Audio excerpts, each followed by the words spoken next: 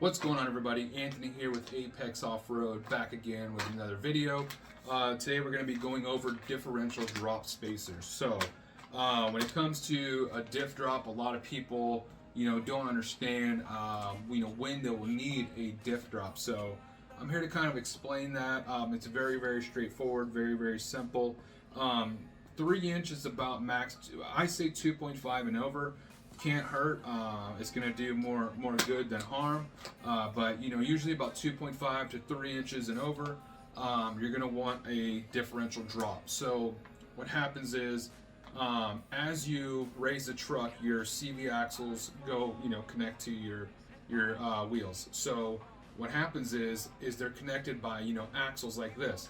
And so when you start off with a stock truck and you lift the truck, with lift spacers or however you lift it, those CV axles become angled like this. And so where they're connected causes binding, because now this angle has been changed from being flat like this to now like this, and so it causes binding. What a differential drop does is it brings the differential slightly down, and it makes those angles back in line, or by rotating the differential downward. So with that said, we're going to go over the differential drop spacers here. Let me open this up so we can see it.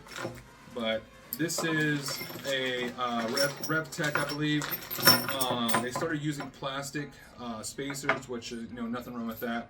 A polymer spacer, but what it comes with is going to come with the 2 through bolts that you'll be replacing on yours, because you need a longer bolt now that you're adding these spacers here. So when it comes to the, let me separate this all real quick. When it comes to the differential drop, all you're doing is you're putting these spacers in. So you're going to remove your differential bolt. You're going to put this spacer in between the differential and the frame, and then slide the bolt through, and then put the nut on the bottom side. So very straightforward, very easy to do. And then also this is a good quality kit, and the one I sell the most of, or the only one I sell, is because it comes with a skid plate spacer drop. So when you drop that differential down, you're now going to be causing it to hit the skid plate, and so that's what the skid plate spacers will do, is create the clearance. So that's the benefit of this kit here. It's going to come with those spacers. But that's pretty much it. 2.5 to 3.5 you're going to need, or 4 inches of lift, you're going to need a differential drop spacer. So it's kind of a gray area, because if you get over 3 or 3.5 inches of lift, you're going to get into cross members and lift kits, and that's a whole nother animal. But when it comes to you're lifting, if you're 4-wheel drive, you're lifting the truck up so much that those angles become so steep.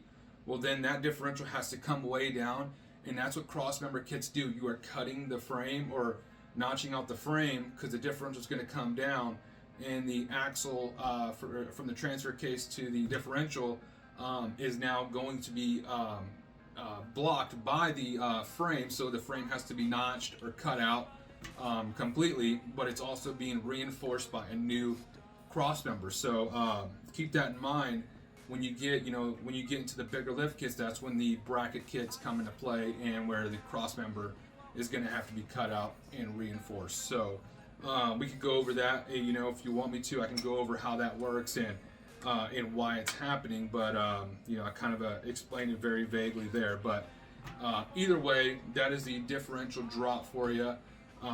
Very easy to install. It's a good insurance item. Definitely recommend it if you're doing 2.5 of inches and over. So that's all I got for you guys today. Thank you guys for watching. Please like and subscribe, and we'll catch you guys next time.